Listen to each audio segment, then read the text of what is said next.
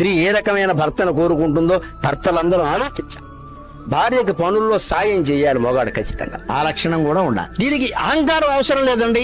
నిజంగానే ఆవిడ అక్కడ ఏదో చేయలేక ఇబ్బంది పడుతుంది, మనం వెళ్ళి సాయం చేద్దాం, ఇగో అహంకారం ఏమో పడాల్సిన పనే లేదు ఇక్కడ. అందులో ఇవాళ మరీ అవసరం, ఎందుకంటే వాళ్ళు ఉద్యోగాలు చేస్తున్నారు, సస్తా రేట్ ఇక్కడ. ఎంత సంతోషిస్తాం, ఆయన అసలు నన్ను ఏ పని చేయనవో. ఎవరు వచ్చినా చెబుతారు, పైగా ఆడాళ్ళు ఏదో దాచుకోలేదు, అదొకటి బలము బలహీనత కూడా.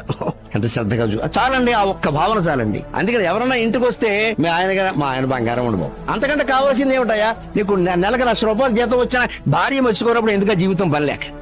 ఆ తోడు వారికి కల్పించలేకపోతే, ఆ భద్రత వారికి కల్పించలేకపోతే ఈ భర్త పదవి దండగా, ఆ జీతం ఎందుకు, జీవితం ఎందుకు? స్త్రీ ఏ రకమైన భర్తను కోరుకుంటుందో భర్తలందరూ ఆలోచించాలి. భార్యకి పనుల్లో సాయం చేయాలి మగాడు ఖచ్చితంగా. ఆ లక్షణం కూడా ఉండాలి. దీనికి అహంకారం అవసరం లేదండి.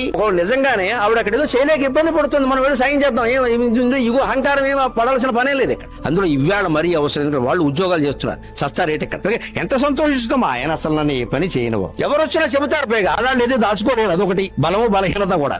ఎంత శ్రద్ధగా చాలండి, ఆ ఒక్క భావన చాలండి. అందుకని ఎవరన్నా ఇంటికి వస్తే మీ ఆయన మా ఆయన బంగారం ఉండవు, అంతకంటే కావాల్సింది ఏమిటయా? నీకు నెలకు ₹1,00,000 జీతం వచ్చిన భార్య మర్చిపోయినప్పుడు ఎందుకు జీవితం పనిలేక? ఆ తోడు వారికి కల్పించలేకపోతే, ఆ భద్రత వారికి కల్పించలేకపోతే ఈ భర్త పదవి దండగా, ఆ జీతం ఎందుకు, జీవితం ఎందుకు?